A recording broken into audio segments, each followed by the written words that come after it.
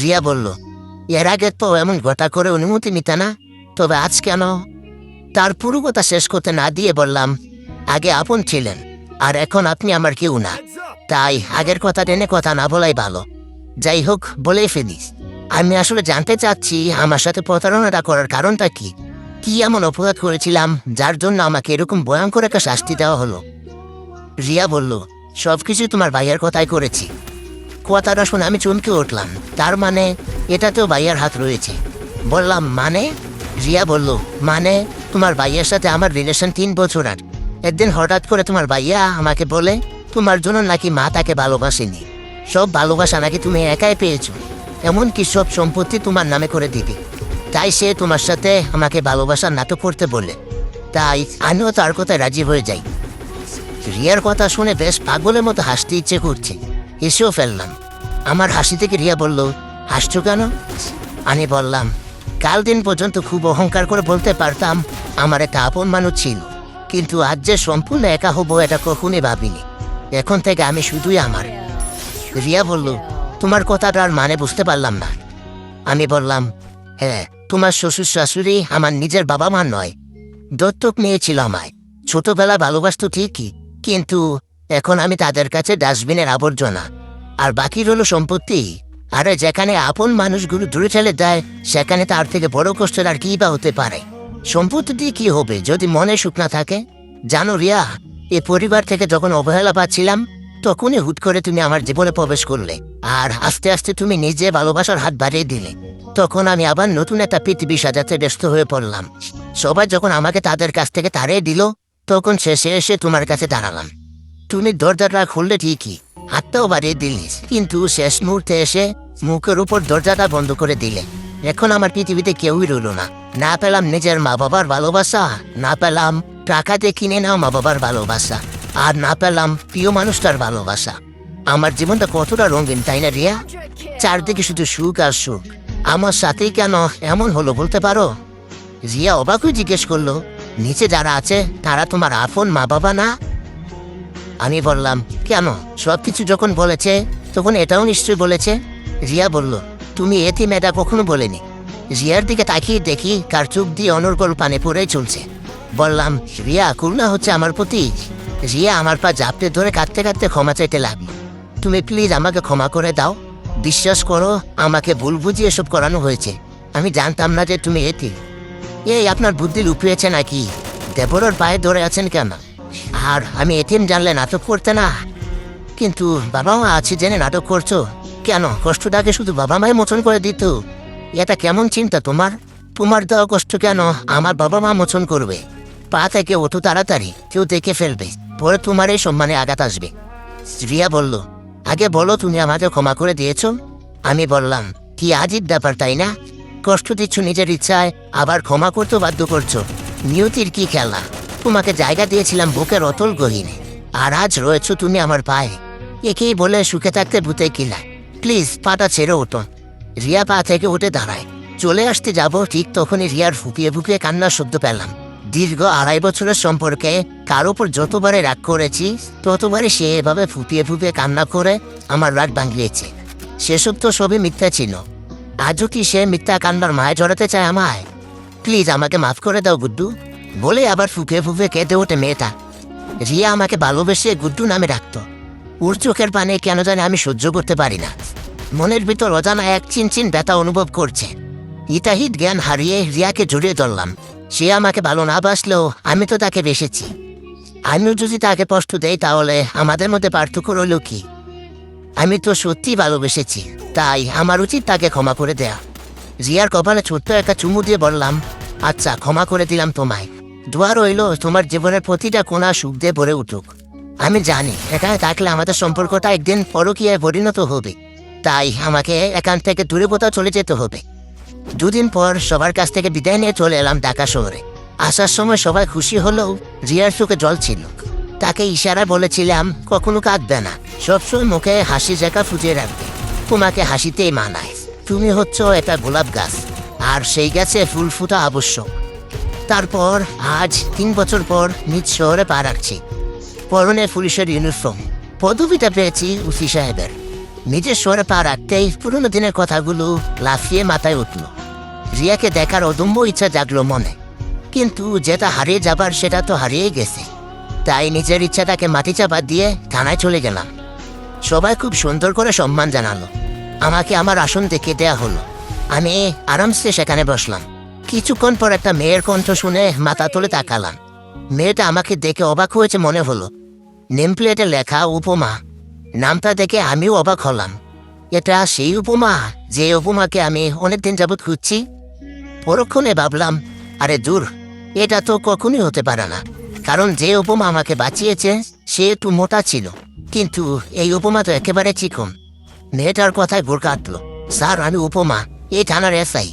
আপনার সাথে আমার ডিউটি দেওয়া হয়েছে। যাক, শুনে ভালোই লাগলো। একটা সুন্দরী মেয়ের সাথে ডিউটি করতে পারবো। এভাবে কেটে গেল 1 মাস। এই 1 মাসে কতবার যে উপমাকে খুঁজেছি।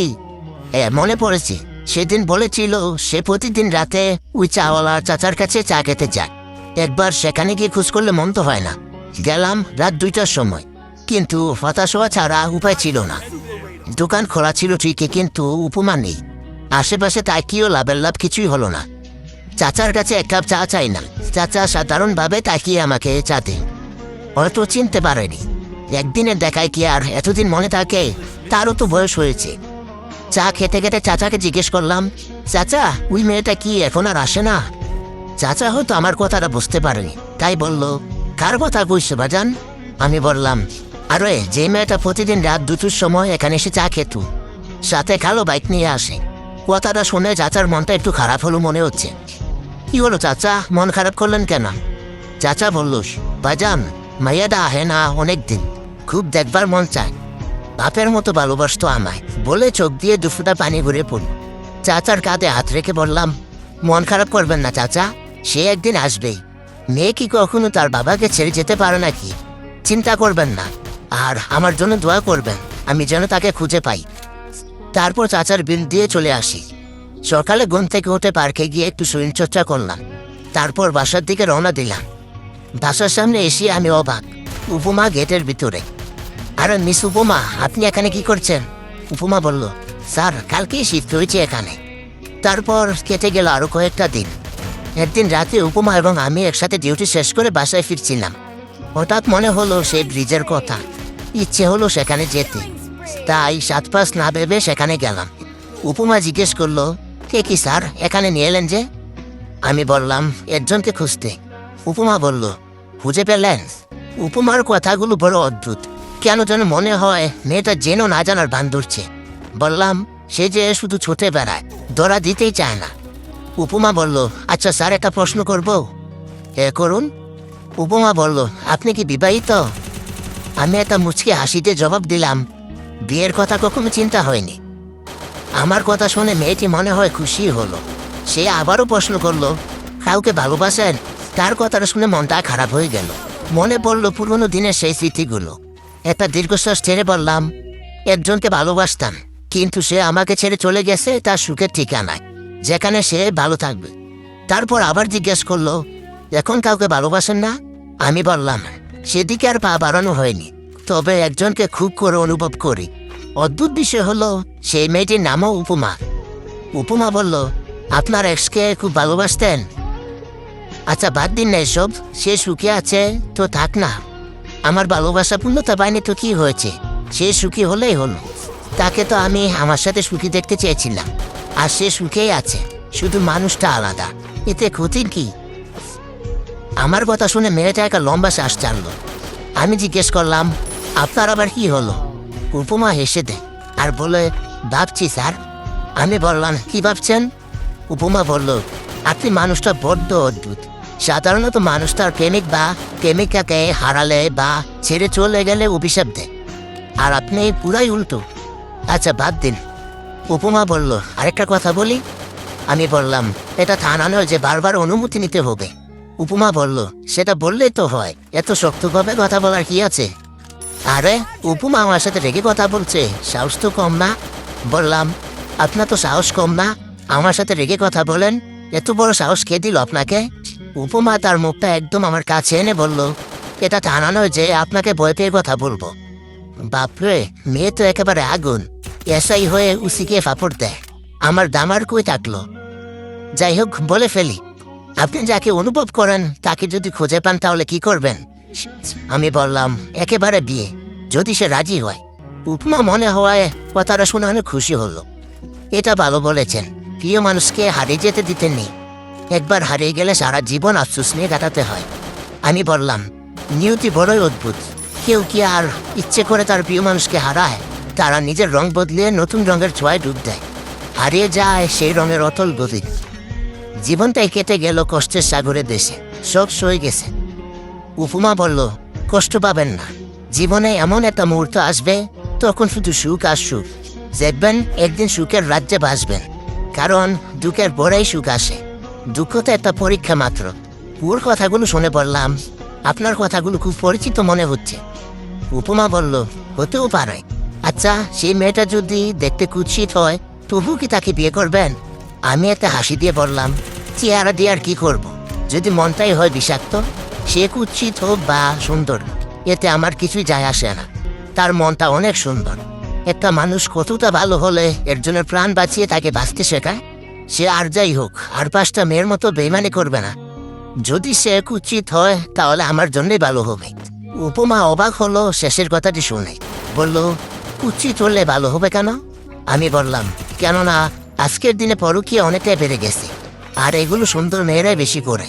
আর বিশেষ করে বউকে নিয়ে বাইরে গেলে রাস্তার কুকুররা বাজেভাবে তাকিয়ে থাকে। কুৎসিত হলে কেউ সেভাবে তাকাবে না। উপমা বলল, আপনার কথা শুনে ভালো লাগলো। আচ্ছা, আপনি যদি তাকেও না পান তাহলে কি আবারও আত্মহত্যা করবেন? উপমার কথা শুনে অবাকের চরম পর্যায়ে পৌঁছে গেলাম। আমি যে আত্মহত্যা করতে চেয়েছিলাম সে জানলো কিভাবে? আমি তো তাকে কিছুই বলিনি। তাই বললাম, আপনি এসব কিভাবে জানলেন? উপমা বলল, বলছি সব, একটু অপেক্ষা করুন, আমি আসছি। আর যতক্ষণ না আসছি ততক্ষণ এখান থেকে এক পাও সরবেন না, না হলে পা ভেঙে হাতে ধরিয়ে দিব। এই বলে গাড়ি নিয়ে চলে গেল। বুঝলাম না হঠাৎ তার কি হলো। মেয়েটা আজ বড় অদ্ভুত আচরণ করছে। আমি ওখানেই দাঁড়িয়ে রইলাম। কিছুক্ষণ পর বাইকের শব্দ শুনলাম। পিছনে তাকিয়ে দেখি সেই পুরনো দিনের মেয়েটি, কালো হুডি পরা, কালো মাস্ক, হুডির টুপি মাথায় দেওয়া, কালো বাইক। সে এসে আমার সামনে দাঁড়ালো। আমি শুধু নির্বাক হয়ে তাকিয়ে রইলাম। স্বপ্ন দেখছি না তো?